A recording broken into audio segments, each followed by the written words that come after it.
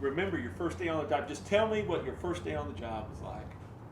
I walked into Sevens, the old Sevens headquarters, and I run into a guy I went to high school with, Mike White. He's dead now, and kind of helped me kind of get situated a little bit as a sub, you know. And but it was all new, of course. You know, I didn't know nothing about the fire department. You know, I had no family, no relatives, and I kind of saw the schedule, 24 and 48, and I thought that's a job for me, you know. But anyway, that was my first day stubbing, you know. But What was that, the Sevens? I didn't. Well, I think they might have put me. That was that first summer. I think my first house, probably subbing, was the 26s down on Hannah Avenue down there, yeah. And I subbed out of there and and then 17s was my home house because I lived around the corner, and they put you close to your house, and that's where you got your check. Well, tell me about the first day you can remember, like your first full day at the firehouse, kind of. Well, it wasn't too much going on down there at 26s, you know. We didn't have, you know, there wasn't a lot of fire back then, a lot of old guys. And, you know, they wouldn't let you read they wouldn't let you read the paper right at first. You know, you were new, you had to wait until everybody got done with the paper or whatever, you know. But they were all good, you know. It was new, it was completely new. It wasn't like the military, sort of, you know. I was in the Army, and you know, it was kind of like them DIs were yelling in your ear and that, but these guys on the job would help you if you had questions, you know. But they were done, their careers were done. They're in their middle 40s, 50s, and they didn't want to hear any fire stories or tell any, you know, they were kind of going down the road, you know. So, can you remember your first fire you had as a sub? Sorta. It was an auto parts, my first plug I caught. Auto parts place over on Sherman at 25th. Yeah. And I always worried, I hope I hook this up right and get the hose right, and I don't want to kill nobody. You know. Hart's Auto, it's still there. Yeah, Hart's Auto, exactly. Yeah. And but the first fire, I subbed around the first 2.5 years, and I remember I was the old 15s, and we were on Pine Street, and I never forget, and it's rolling, you know. And I thought, well, the old lieutenant, I thought, we better attack this fire. He said, no, we're going to cover the exposure. We're going to put our line over here. And it was a learning experience then. I thought, well, let's get in there and try to knock this. Well, somebody else had already, you know, and we were exposure team, you know, covering that. But let's see here. Am I doing all right? Perfect. Yeah. Can you talk a little bit about like what side of town you grew up on? Oh, well, I'll give you I got to hear a little bit of, grew up on the south side of Indianapolis, went to Sacred Heart High School, graduated, got drafted in 1965, Vietnam War, went to Vietnam 66, 67, came home, got a job with the city parks department, and then I seen the ad for the fire department. They added a C shift, so I had a chance of maybe getting hired, and I didn't know anybody, but somebody might have helped me, and it didn't hurt being a Vietnam veteran, you know. And there were a lot of Washington high school guys and Catholics, and really they were hired, you know. And so I got lucky and got on, and I was appointed May 27th, 1968, and retired 12/3/05, and that's about only went to 2 houses. Almost 37 and a half years. And I was only at the 14s and the 30s, only 2 houses. 23 years at the 14s and 13 years at the 30s, yeah. Somebody who doesn't know anything about the fire department, how firehouse life used to be like. I mean, if you could. Well, them old guys didn't like the young guys too much, you know, some of them. The real old guys. The chauffeur Malky, he's alive, he's 94. But he didn't care for the young guys too much because they gave me a job that he didn't care for too much, and which I'd rather take the Fifth Amendment on. I'll tell you guys later. They made toys in the back room, okay, wooden toys and stuff. They had like the old 14s. There was still straw from the horse and buggy days in the firehouse. Yeah. And when I finally got an electric blanket because the bed I slept in, there were single pane windows and the snow would blow in on my bed at night, And so I got an electric blanket. And the old guys, when you come down the pole, they'd be half asleep. I'd land up on their shoulders and stuff. And several times I had to catch the ladder in my shorts because, my gear was on the engine and they were gone. So I got on the side of the ladder, 5 below zero, with my boxer shorts on, going down the street. But anyway, that's some of the memories, Is that where you went regular 14s? Yeah.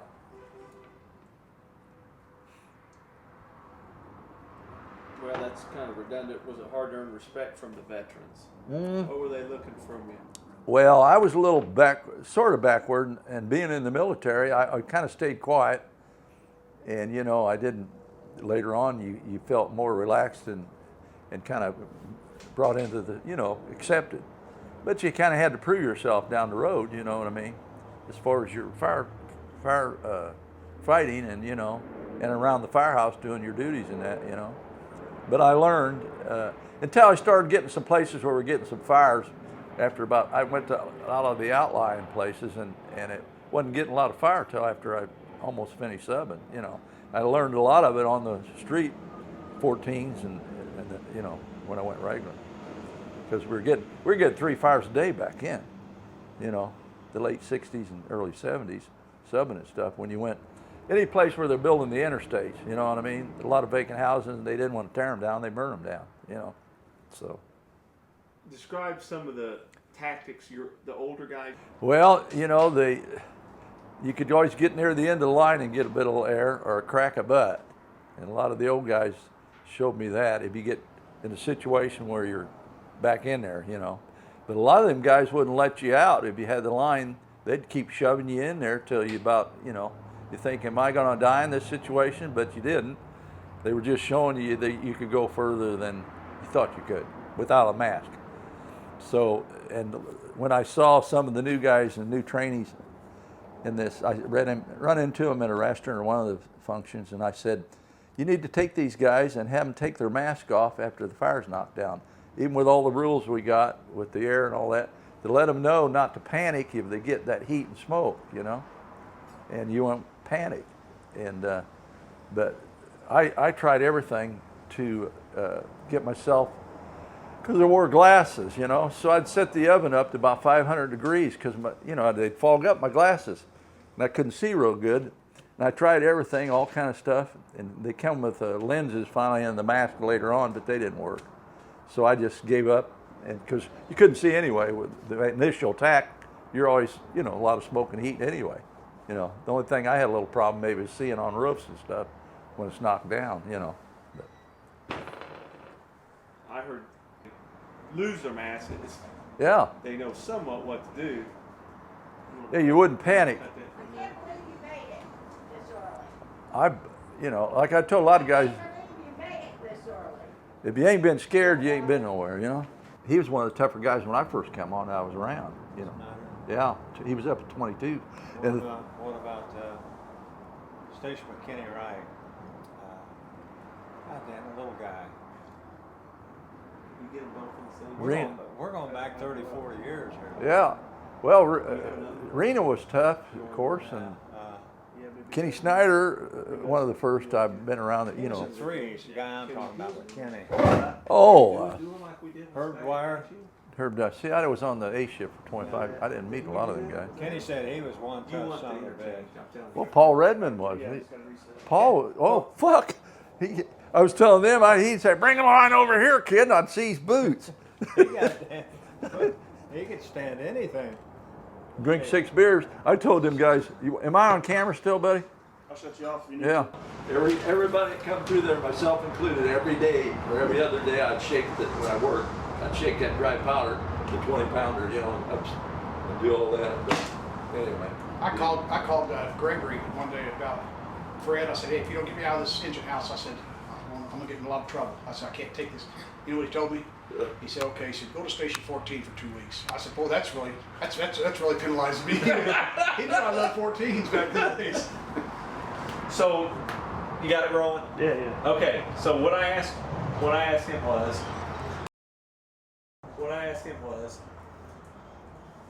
describe to me your first day on the fire department. What you remember of it?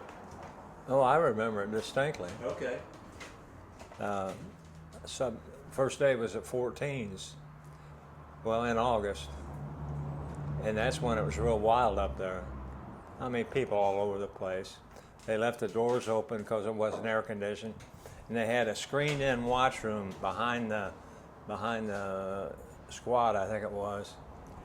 And I sat there all night with my finger almost on the button. I was scared to death. I didn't know if I'd screw up or not because everybody else was upstairs. When you say button, you'll have to describe that because kids today that watch Well, this, you had to hit an OK button.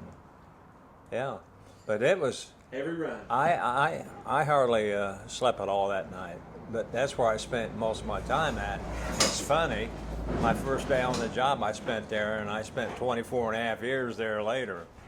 But, and it was hot, and you know how it was. Goddamn, all them people out there.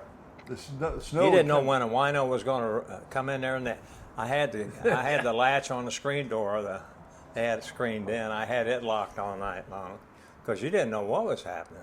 Then Clay had back into There that. were shootings and fights all night long up there then. So that was a rough area. But they had a private club directly across the street.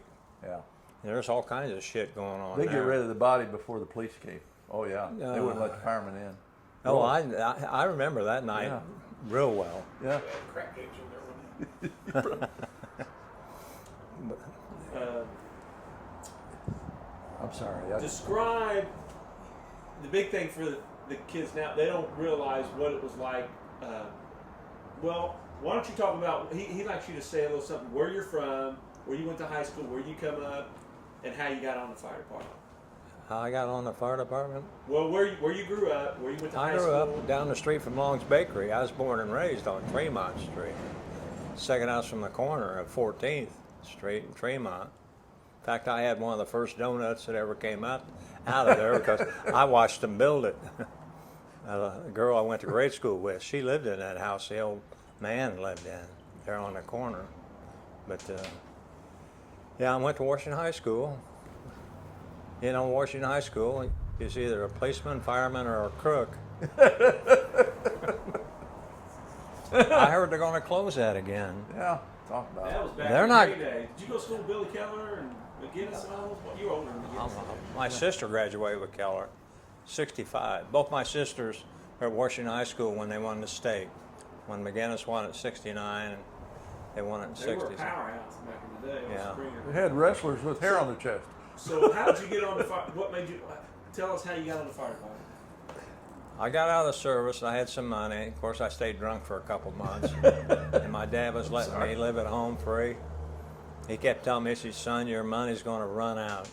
I said, I got money. I had enough money to buy me a car. It was a 59 Chevy. A two-door Impala, fire engine red. It's funny. But I finally started looking for a job. And I had 4 years of machine shop school at Washington High School, 4 years classes. So I went out to Allison's, and I had that back then you got drafted. So I had my service time out of the way, and I was, 23, and I went over there and applied, and they said, when can you start? And I said, whenever you want me to start. And I never will forget, I went home, sat down there at the supper table. I looked up my dad. He worked at Chrysler then. He was union, you know. And I said, Dad, I said, I got me a job today. And he says, oh, really? I said, yeah. He said, where at? I said, Allison's. He said, how much you making?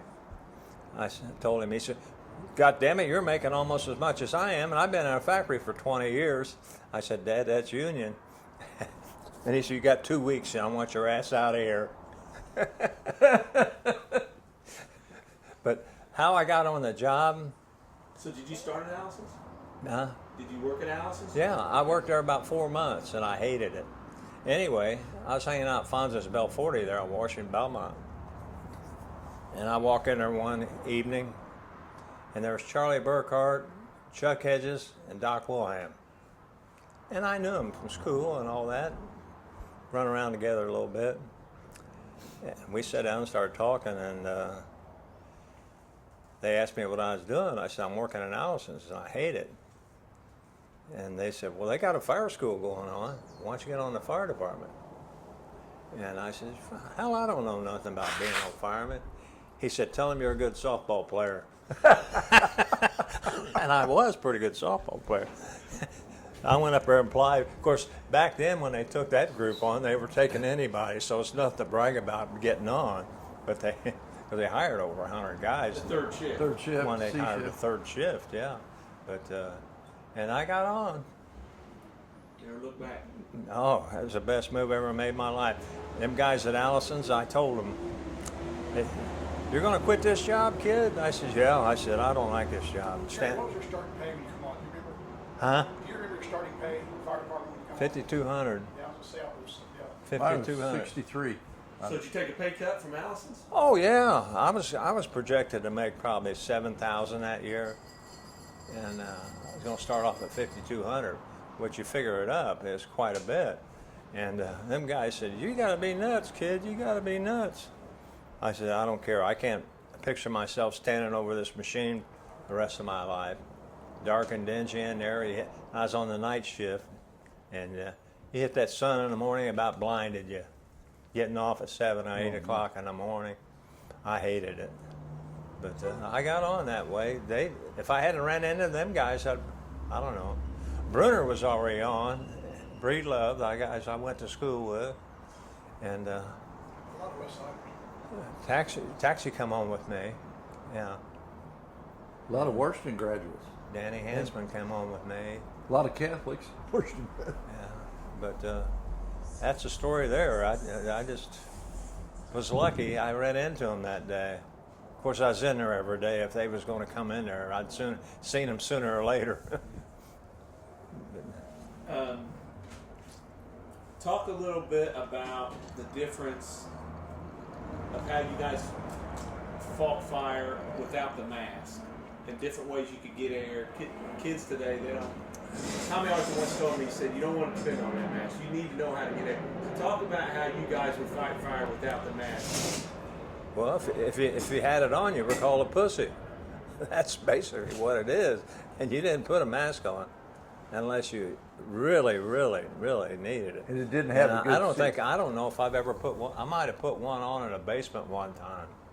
But no, everybody teased you if you put that mask on. We did have the Windicator mask.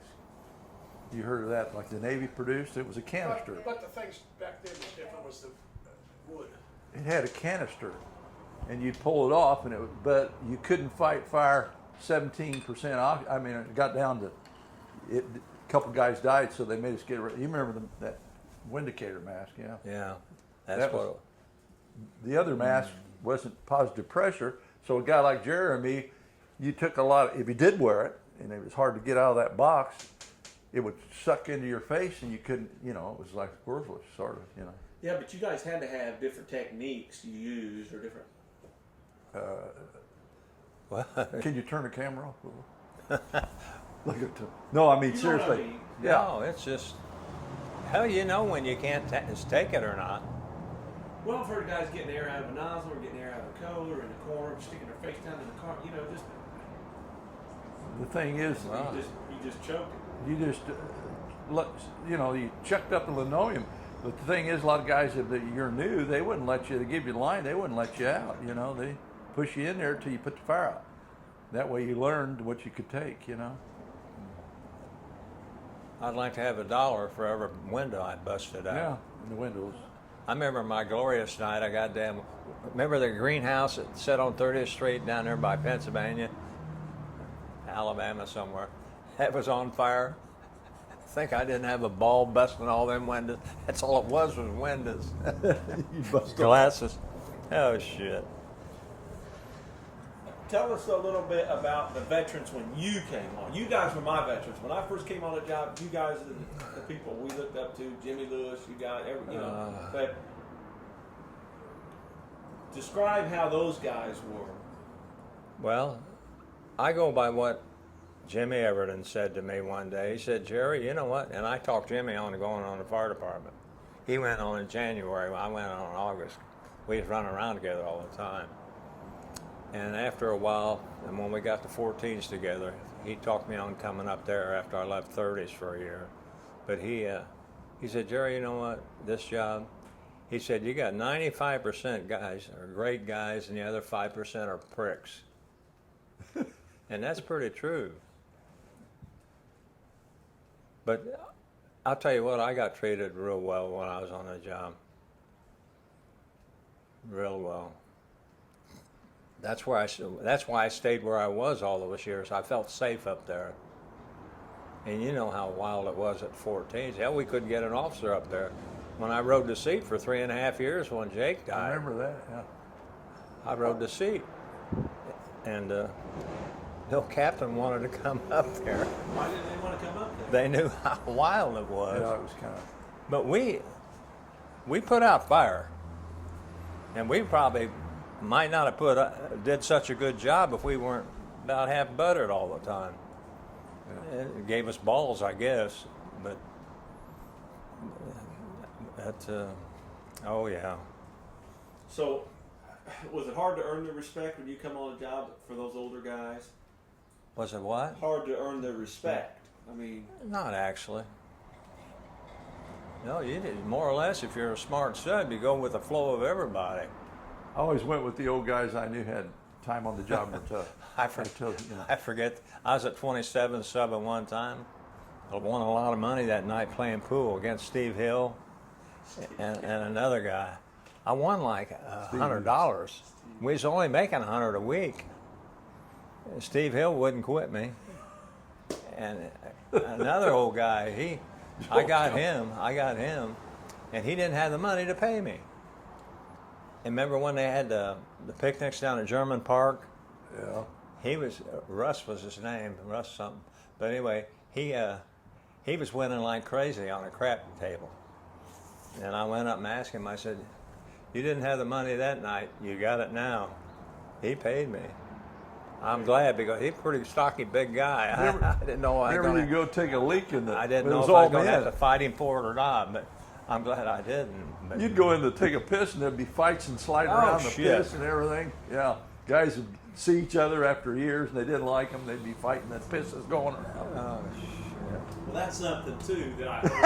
That's something I heard a lot about, and this is not a general question, but I used to hear a lot about fights on fires. Well, you never see fights on fires no more. No. Did that happen often? No. I never seen a fight on a fire. You never did. You're all in the same foxhole, you know? I know I cussed on a fire one time, got my ass ate out, and the chief had to keep me away from me because I was going to deck him. Another farmer? That's when Comer's leg got trapped on the aerial. Oh. And I was yelling, Jack Dudgeon, I said, raise the fucking ladder, his leg's caught. And Ed Hollander, I guess he's religious. I respect that. But it was Sunday morning, the place was full of pot or dope. It was on fire. It was an apartment building. And he got on me about it. And Striedelmeyer says, Jerry, calm down, calm down. I said, well, keep that son-of-a-bitch away from me.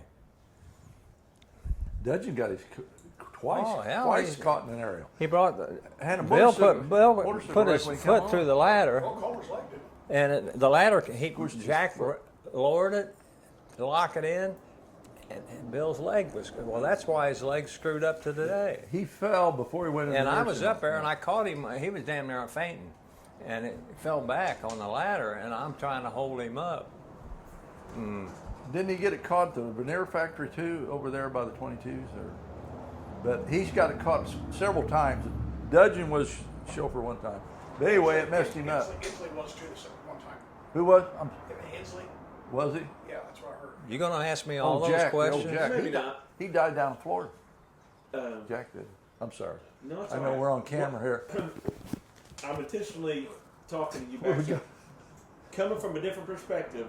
What's your guys' idea of a good officer? What makes a good officer on IFD? Not being wishy-washy, being the same even. Yeah. You know your boundaries, and they didn't vary.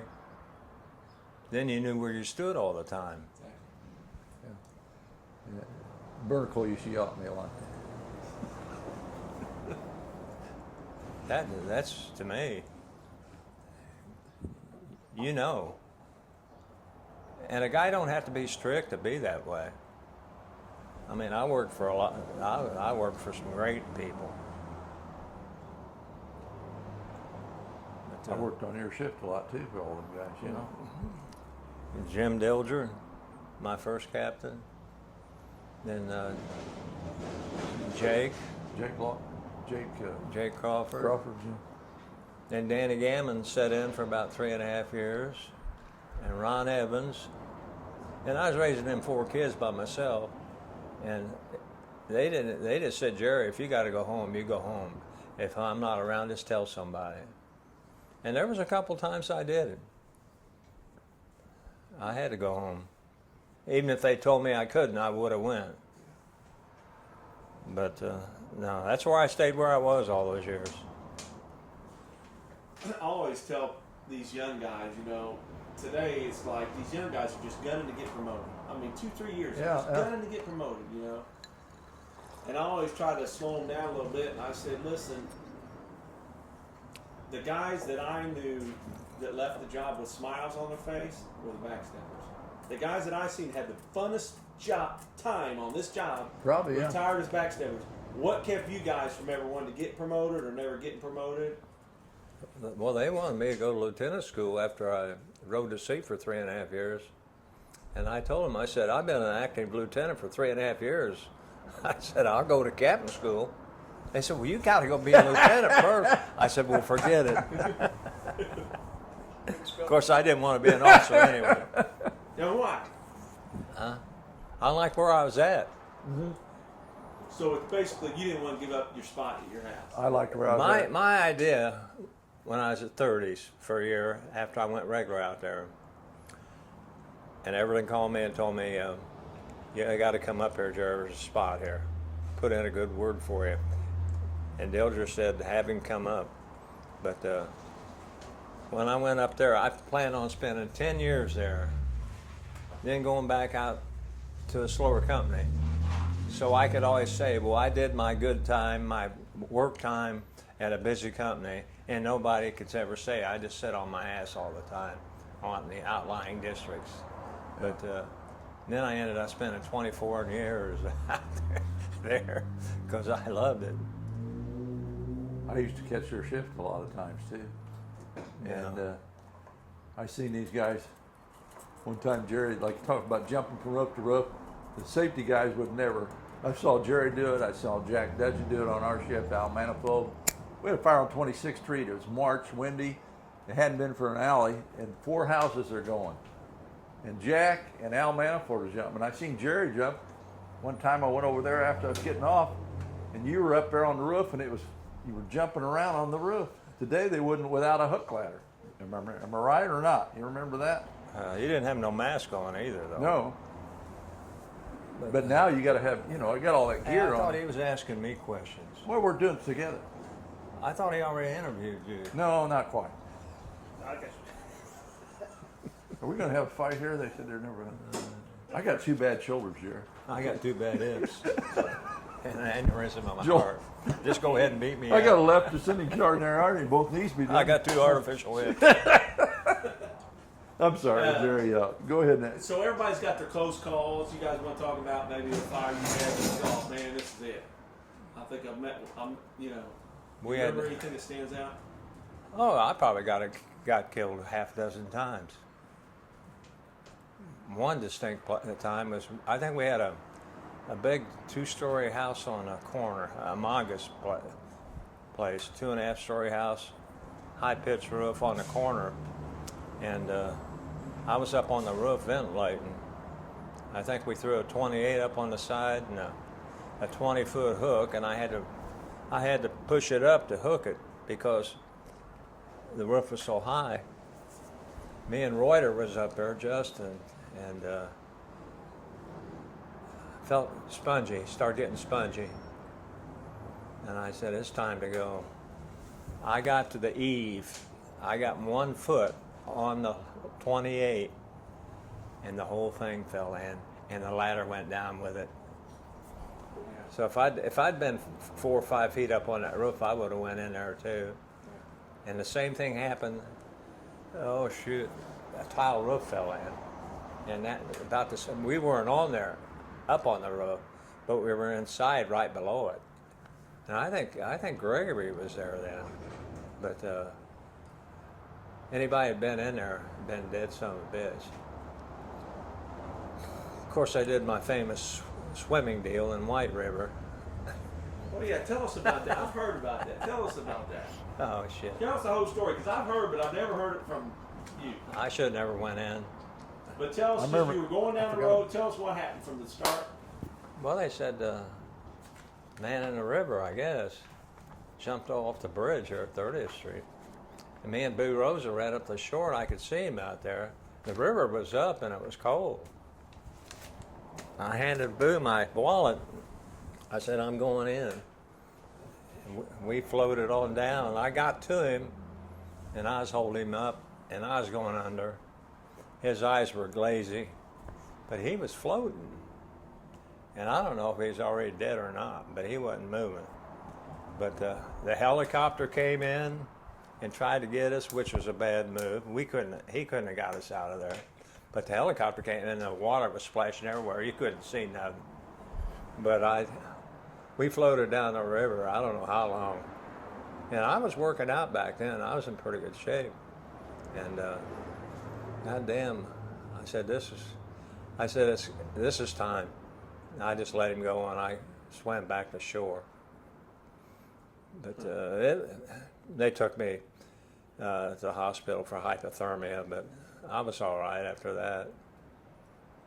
But and that's probably when they instituted a water rescue, because they didn't have any means of getting anybody out of the water. And that's one of the reasons I left the 14s for the training that I started, probably. Did he high-rise. die? Did he die? Oh, I don't yeah. remember. I don't Did he know. die? I guess they found There's it. your picture, Bill or Jerry, when you got the award in '72. Oh, 72, yeah, you know. I pulled that woman out of a bedroom. Got her on the porch in the second story. Okay, so give us an idea of what went on at the 14s on the downtime. Just things that On the what? you know, when you weren't on runs. Give us an idea of what the lifestyle was like at the 14s, not on a run, but just hanging out at the firehouse. Well, when I first went to 14s, they had a pool table down there where the horses stall used to be.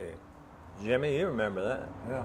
But I spent a lot of time there, played a little basketball out in the alley, and did a little drinking, and just I remember the old TV room that was paneled up there, and I still remember the day that Notre Dame upset UCLA. We was all in there watching it. It's funny how I remember that one day, because hell, that was a big deal back then, breaking UCLA's streak.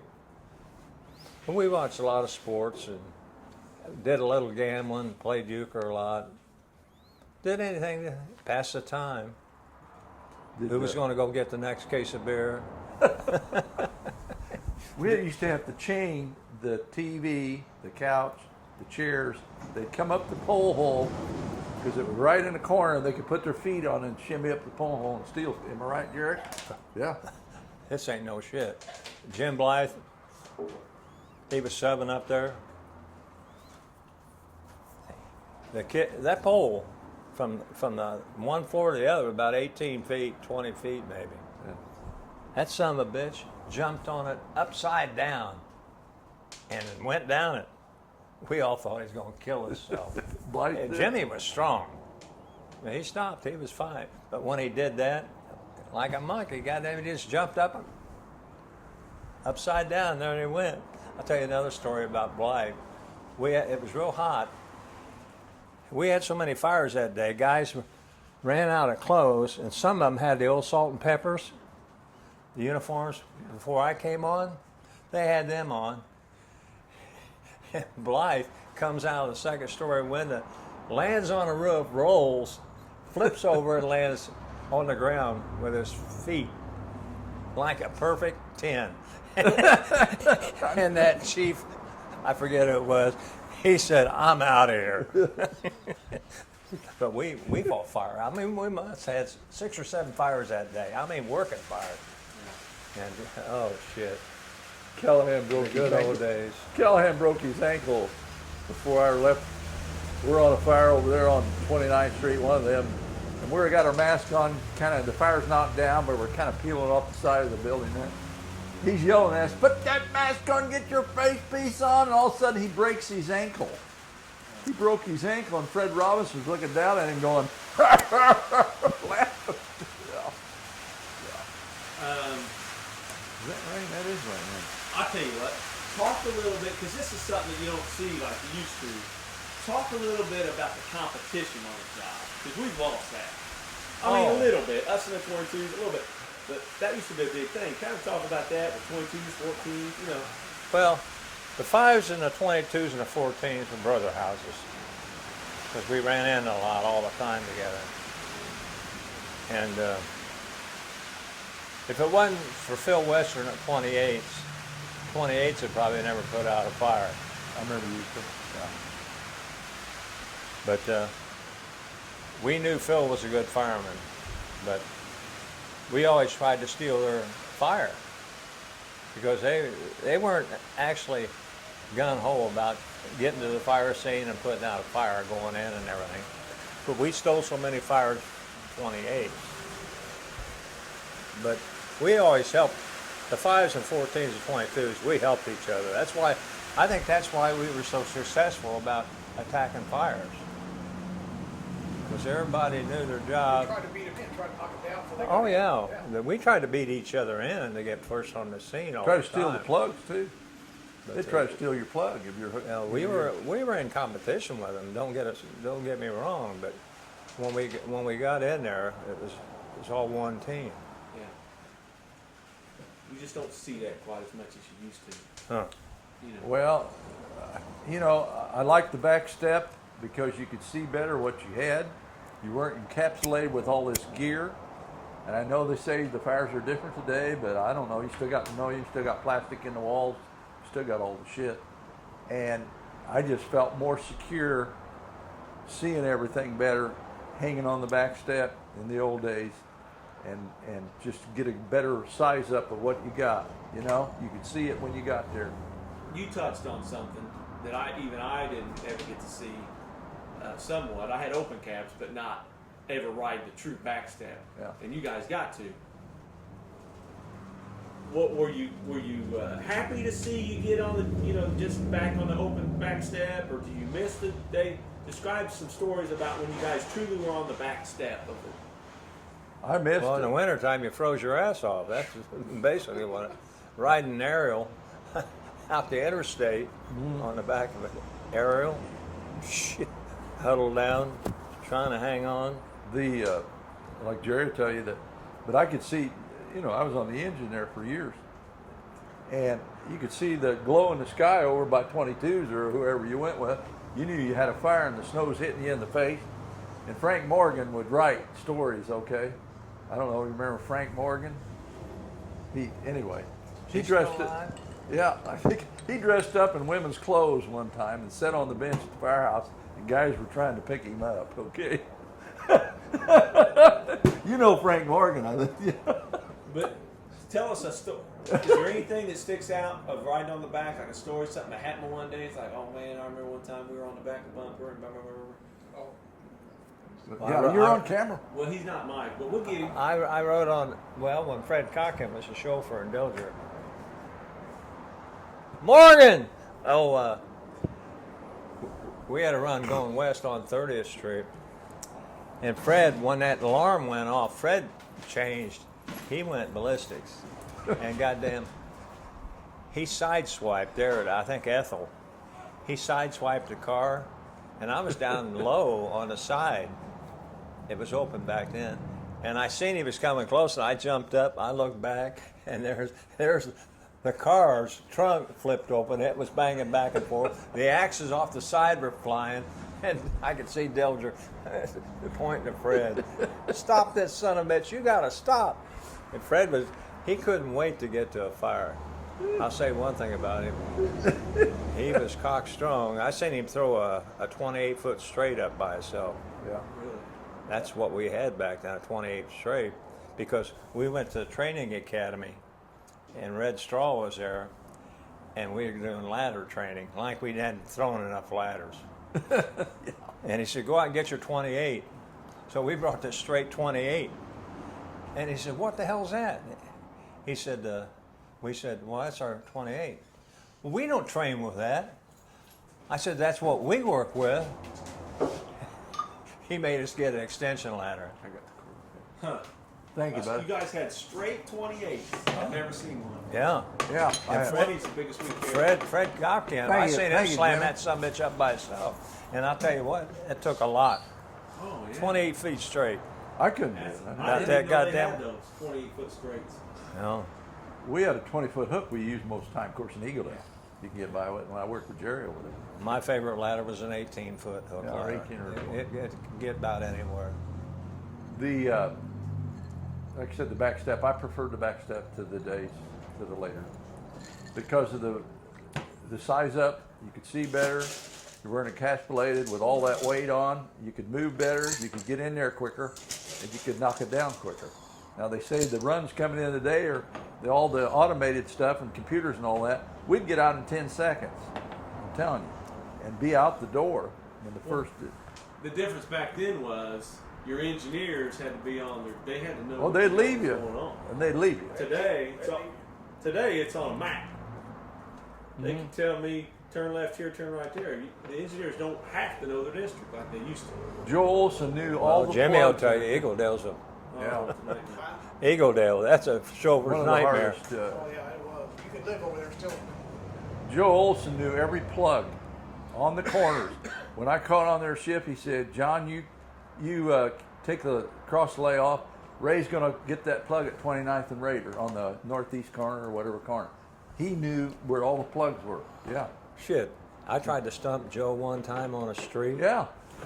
And I said, Joe, I lived on Livingston then, a 1400 block.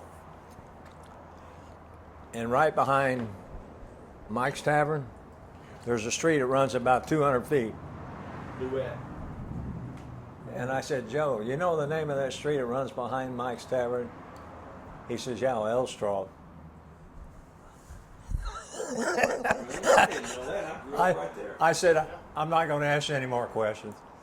He knew that little street. It's Now, unbelievable. who was that you asked? Joe? Huh? Joe Olson. Joe Olson. He knew the plugs. He knew knew the corners. plugs. Mike Mutz's dad too knew everything too. Oh, that was good. Pat Mutz, chauffeur, his dad, Mike Mutz's dad. He knew everything too. You know. Describe a little bit about the stresses of the job and maybe some of the stresses you might have took home or some of the stresses it would cause at home. Because, you know, the fire department, it's not the ideal working environment as far as family life sometimes. Can I ask that question again? I need hearing aids. Well, describe maybe some of the stresses on the job that maybe affected your home life or just maybe the hours. I mean, was it easy for you or did you have some growing pains? Because I know you, Jerry, you had 4 boys at home. Yeah. Describe that juggle a little bit for me. Well, there for a long time, like the first 15 years after my wife, well, just before my wife left. Hell, I was hardly ever at home because I was working at A&P. I was averaging 30 hours a week at A&P in the Teamsters, and sometimes I worked Saturdays. I worked every hour I could get, and I worked odd jobs too. because I went from 2 kids to 4 kids in 11 months. So that changed my life pretty much, and I had to work. But We get 3 fires a day back in. You're hauling meat too. I remember. oh, that's what I did. The day off, 150-pound sides of beef. No, Huh? hindquarters are 250, 260, Really? uncut. How did EMS change the fire department? That's a good one for you. I never did like to be around sick people, hurt people. That's why I never went to EMT school until they finally made us. This guy's right here, the last one. We were in the class. I went with the last class. Well, Jimmy Remember was. who was the last class with you, don't you? Yeah, Who? Baxter was one. Well, that was my class. Was it? So you were going through school then? Yeah, we went. That's how I. Ray Parker. Yeah. Parker. Stretch Berry, Yeah. Oh God. John Bishop. You was in that class? Yeah. You remember the skeleton? Yeah, I was the last EMS class that they required the very last holdouts to go in with. Is he still recording? Oh yeah, it doesn't matter. We didn't. I was going to tell you a story about him in EMT class. I remember they would come back, they would go to the Murad or whatever, and they'd get sauced at lunch. And here we're all bright-eyed 22-year-old kids, and they'd come back hammered from lunch. You got to worry about losing your job. John Lynn would take him in the office, remember? What's the guy's name? Well, that one Friday. What, Moose? That guy works for credit union. Black guy. Not on the fire department. Been there forever.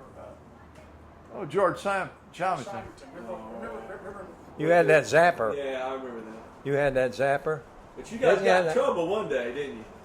Yeah. On Friday we went over there and we was in uniform. And goddamn Ray Parker, he was slamming.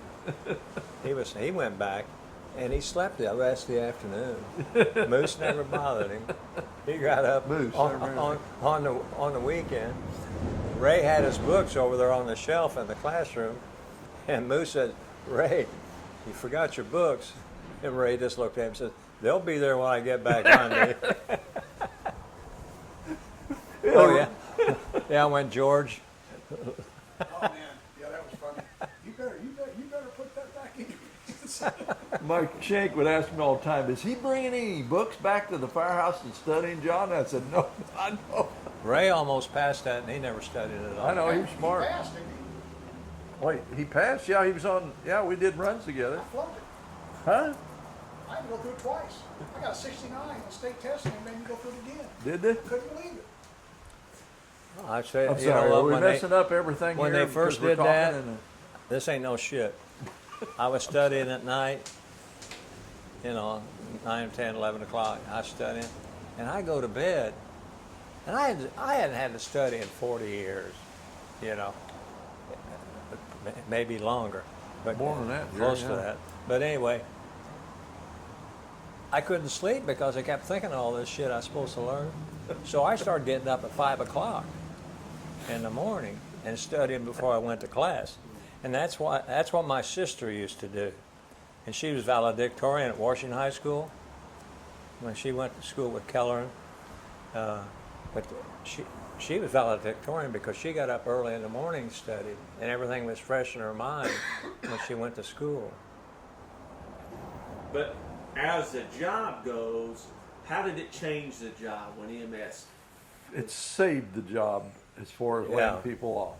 It really did. And Ziegler probably, I know it wasn't probably his foresight, it brought money in from federal government, what I understand, and other things, and it saved the job as far as keeping the people. We didn't like it, Yeah. but it was probably the best thing that happened to the fire department. Right. Because they would have cut back because there wasn't, fires were cutting down maybe at that time. I just can't imagine those first year or two. Oh, sure. Well, this school we went to, Jimmy will tell you, we went through when you went through. So we did the right way. They ramrodded all these guys through.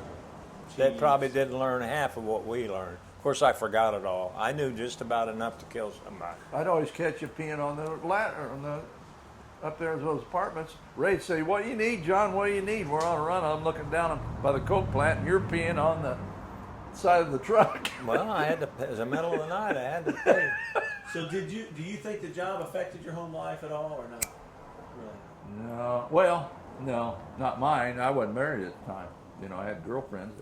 She almost set the place on fire several times. But other than that,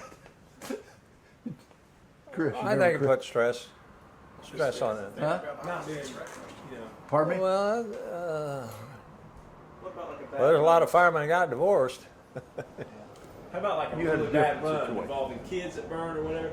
Was you guys able to leave that at the firehouse, or did you bring that home sometime? I never brought it home, and we never had no group session, and we just coped with Yeah. it. I mean, I seen kids burnt to the bone and stuff like that. I still remember that one kid. I'll never forget that what he looked like. But goddamn, you just cope with it. I remember all the kids. I can still remember them Yeah, today. the adults. I know the dates. Didn't bother time of me. year. I walk over them, but goddamn, a kid, it tore you up. But you just kept it to yourself. You ever talked about the firehouse at home? No, did you guys ever encourage your kids to be firemen, or did you kind of steer away from that? Hope they didn't. Uh-huh. Well, two of them were going to be firemen. One didn't. In fact, he came back early. He was on vacation with me down in Florida. He thought he was going to make it, and he didn't make it. Which one was that? Jeremy. Yeah. Well, Jason went, and he was going to get hired, and he just come to me and he says, Dad, he says, I don't want to be a fireman. I said, I never told you, I never pushed you to be a fireman. This was all on you. I said, I don't expect you to do something you don't want to do. I said, you go on with your life and do what you want to do. But Jeremy was going to be a fireman. I didn't Yeah, know that. yeah, Yeah, I didn't know that either. yeah. Well, I guess my next question would be, you guys were on the job early, like you said, when the interstate went through, and all that without masks. I mean, you guys were in a pretty drastic changing era. I would say, through the 40s, through the 60s, probably not that much changed. No. Even into the 80s, things didn't change until the athletic club. But you guys were along to see that. Describe, I guess, I want a comparison of when you first came on.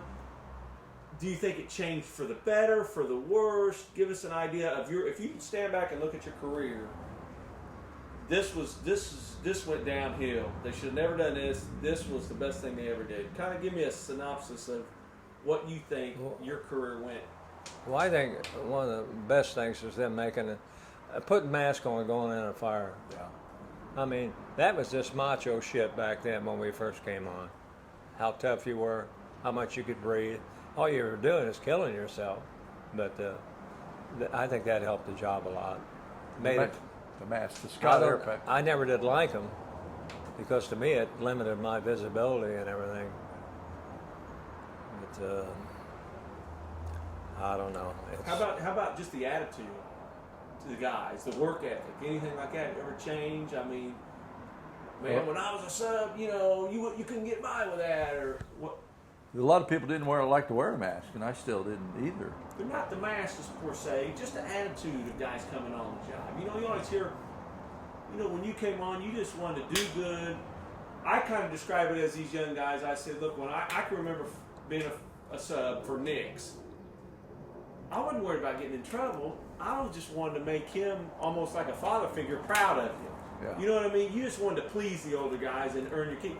Now it's more about, Does everybody want to get promoted now? Is that what the deal is? Or? it seems like that, right? But, I mean, did you? I mean, I'm not trying to answer questions for you. I'm asking you. Was there an attitude change in the guys coming on the job, or did you think it? No, it was always the same from the time I come on, the time I left. It was all. I don't think the guys were near as aggressive as subs when I left. Back when I was on the job at first, the subs they were there all the time, asking if they could do anything, extra stuff. And of course, captains, officers loved that, but not ass kickers. Just they were glad to be on the job, and they appreciated it, and they just wanted to help out as much as they could. But hell, I don't know. Some of the subs come on and act like they've been on the job 10, 15 years already. another big thing that I've seen is the captains. Describe the captains back then, because captains they've taken all the teeth. It's all litigation. Well, I'll get sued if I do this. But I've heard stories about the old captains. Oh, And shit. the chief got even crossed. Tell us. You might not want to put this on. No, go ahead. He can edit some of it, can't Yeah. Well, goddamn, I don't know. My first captain, Dilger. Well, my first captain was the bald-headed guy, the big gruffy son of a bitch, came to Chaplain. You didn't do nothing out of the way with him. And I was stationed with him when I went regular the first year. And boy, you were on pins and needles the whole time. He was like an army officer, buddy. But he, evidently in his day, he was a hell of a fireman. But anyway, I went up to 14s and Dilger was there, and Dilger was laid back. And evidently Dilger was a hell of a football player. Did he play for Notre Dame? I don't know, Jerry. But anyway, he was one hell of a guy. You knew where you stood with him all the time. But of course, Jake. Dilger always had a cocktail with Marty Hanley. He was the cook. Marty Hanley. You didn't mess with Marty. He cooked 2 meals a day. He was a chauffeur on the engine. But you didn't mess with Marty. You messed with Marty, Dilger was going to be on your ass. But then along came Jake. One of my famous things that I'm remembering about Jake, he was all buttered up. We had a fire. We had to knock down the door. Nobody was home. We put the fire out. There wasn't any information inside the house to report. And Jake called, what was it? The dispatcher. And he asked us some silly question about where the hell are we or something. There wasn't no address on the house or nothing. And he asked where we were and all this shit. And as he was asking, he fell back over the couch. He still had the phone in his ear. He was still talking after he went back.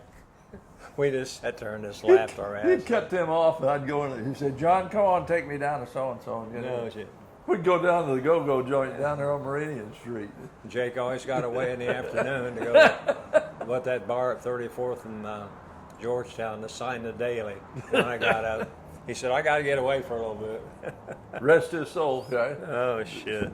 The But Huh? boy, tell him about Redmond. Scotty.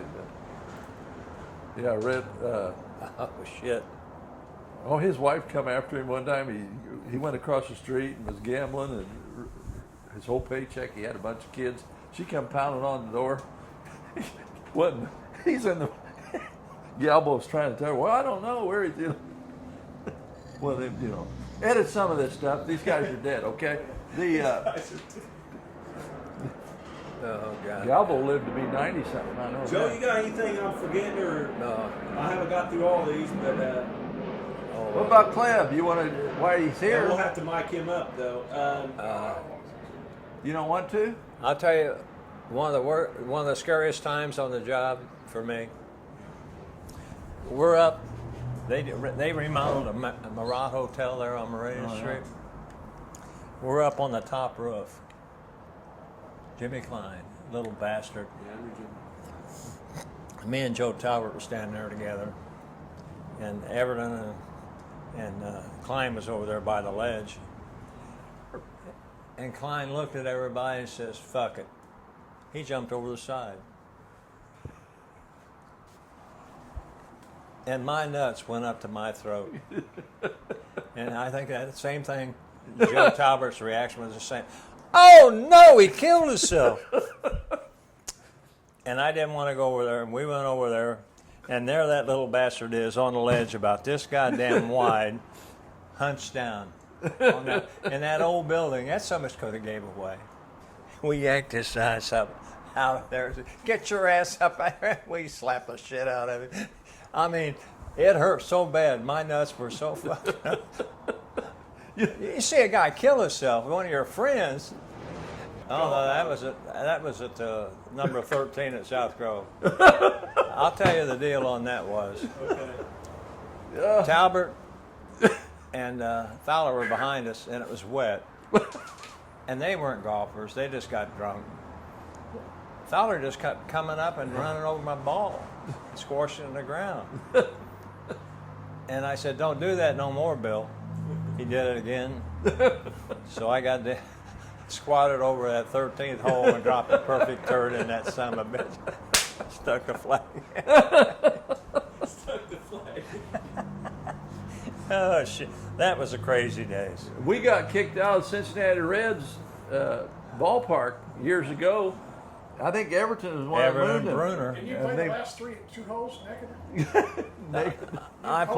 I played naked on 17 at Along 30th Street, wasn't it? right there in front of Marion College at Riverside. They kicked us out of the. Ed Pierce was with us, and I told Jimmy I always wanted to play a hole naked. And you know what? About a month later, a guy did that out in L.A. A cop, and they fired his ass. Oh yeah. I never took my clothes off after that. We had the Reds game though, and they said we'd like to welcome the local 416 Indianapolis firefighters. And a couple guys mooned it, I guess, and it was on, on the thing. They And never did invite us never, back. Never again. Yeah, never again. Oh Is that yeah. when you fought on the way back in the bus? Had the fights? Oh yeah, they sent us. We went to a party over there. And the Baltimore Colts are playing the St. Louis Cardinals in 1976. My first NFL game. Okay, $66. Joey Heatherton singing. So you got a bunch of firemen on there and some other people. Okay, they're smoking pot. They're doing everything. So coming back, this guy takes us. The guy that had we're going 55 north to Chicago, coming back 70 from from St. Louis, and everybody's, I didn't smoke back then or nothing like that, or didn't. I drink, but Joey Heatherton was a good-looking blonde back then in the 70s, singer. yeah. Them guys would jump up She in the was back. hot. They'd jump up in the back and yell and scream. Everybody's drinking. The firemen, they kicked us out of that show, I think, if I remember right. Oh, you got any more questions? Yeah, a couple. I'm sorry, Joe. Fellow firefighters injured on the job. You ever remember any bad ones? One I remember, Maggie didn't get hurt that bad. Bill Fowler's daughter, Yeah. we had a lumberyard fire or some shit, and it caught on to the building somehow. Anyway, Maggie fell off a ladder. I had to go back and tell Bill that I didn't know what kind of shape she was in. That was up in Broadway. And Yeah. I went back and told Bill, I said, Maggie got hurt, Bill. And I said, you better go to the hospital. Somebody took over the engine. And she didn't get hurt that bad, but Just happened to tell. it was just scary. Imagine Bill's feeling. You got a daughter that's on the job, and you hear she gets hurt, you think the worst, That was scary. But, How about your biggest fire? You can oh, hell, remember? the Grant building. The Grant, yeah. I know. Tell us about that, because I've heard different stories. Everton, as soon as he turned across 29th Street, down Meridian, I looked at Fred Robertson and I said, oh my God. And I said, look at that shit. You could see the flames fucking 40, 50 feet high from 29th Street Meridian downtown. And I said, oh my God. Not about shit. But that wasn't a hard fire to fight because you just fought it from the outside. Now the guys that probably had a tougher fire was across the street. What, at the Washington Hotel? Hell yeah, radiation, Because heat radiation. the heat, you know how wide Washington Washington Street was? It was so hot, it caught that building on fire, and they probably There you see the fought a tougher radiation fire now. than we did. All we did was stand back with a monitor nozzle up on a parking deck and throw water. But the creepy thing was, it was still night. We were there like 11 hours, and it got dark. And we had to go through there and put out spot fires. And every time you heard a creak, you thought the goddamn building was going to fall. But no, by far, that's the biggest fire. A lot of people don't remember it, and I've talked to people, but they weren't born yet, or they're young, and kids. But I've told them, I took some stuff to the library there in Brownsburg one time, and I said, they had a display case. I said, a lot of people don't even know this fire. I took and showed them the books, and they put it in a cage, and I left the old spanner belt, helmet, the old coat and the boots and put it in there so these kids could see some of the old stuff on the fire department, some of the history. A big question for me would be, and I want each of you to answer it individually. If you had a kid coming on the job now, what's the best advice? What advice you would give them when they're just entering their career? What would I tell my Did you drink some of my beer? No, you're a lush, you bastard. Yeah, that's your answer. No, I just tell them to do what they're told. Stay out of trouble. Be aggressive.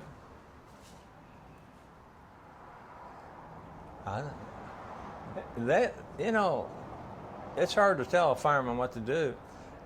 A lot of it comes from instinct and watching others, and getting to know what you're supposed to do on the fire, and you learn by experience. But 90% of being a fireman is getting along with everybody at the firehouse. Yeah.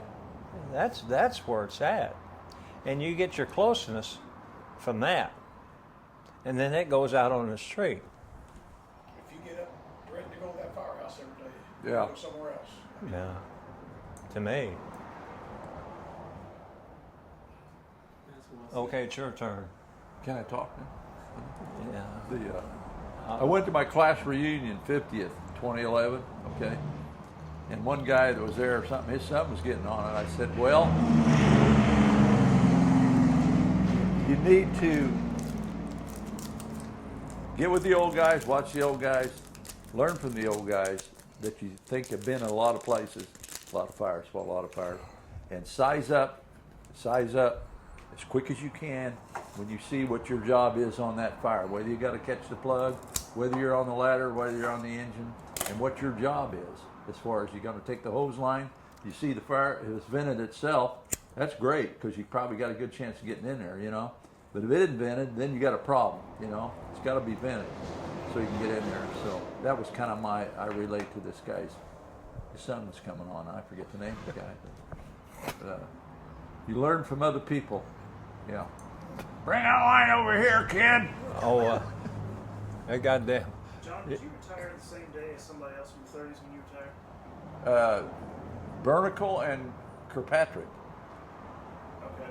Dick Bernicle. No, I'm trying Dick. to remember the guy who was there same time you were there. Kirkpatrick. Mm-hmm. I thought, no, He's banging my hand. yes. Is he still going with your aunt? Yeah, that pisses me off. She still seeing your aunt? Yeah. Have you seen? You don't act like you're happy about that. Have you seen his house? He did. I don't recall when Jerry retired in '98. We had 3 fires that night. It was 2 feet of snow. Yeah.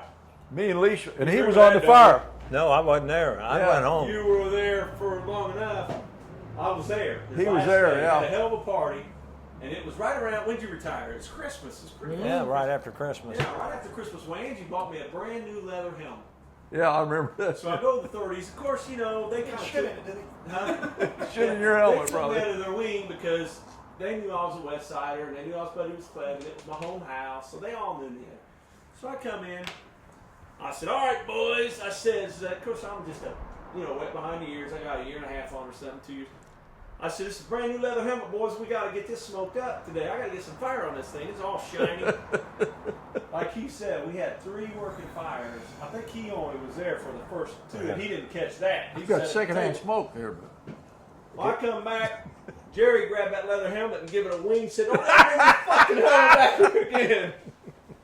we had 3 You fires. left about what time? You went home. About 8 About or 9. no, it was you left- dark. It was dark. Was it dark? You guys had that fire over on Rex. Kessler. Kessler was the Kessler bad Rex. fire. Did you Yeah. go home or stop somewhere? He picked that window out on that back We porch, walked up in his house, and it was that yellow brown shit like these and walls. it was nasty. Oh, And bad I shit. looked, Oh yeah. and I took a look. It was like a door with all the 6, 9 panes, and I took one of them out, and I looked in there, It come and out. Zinkan said, I said, "You ain't gonna like this, Johnny." I did. You know what we did? in essence, we closed the basement door with Yeah. So and what they we couldn't find the happened- basement door. The basement door was here. Well, we went in the back door. When we opened it, it opened against the basement. We never found the basement door True for a long story. So I crawl in.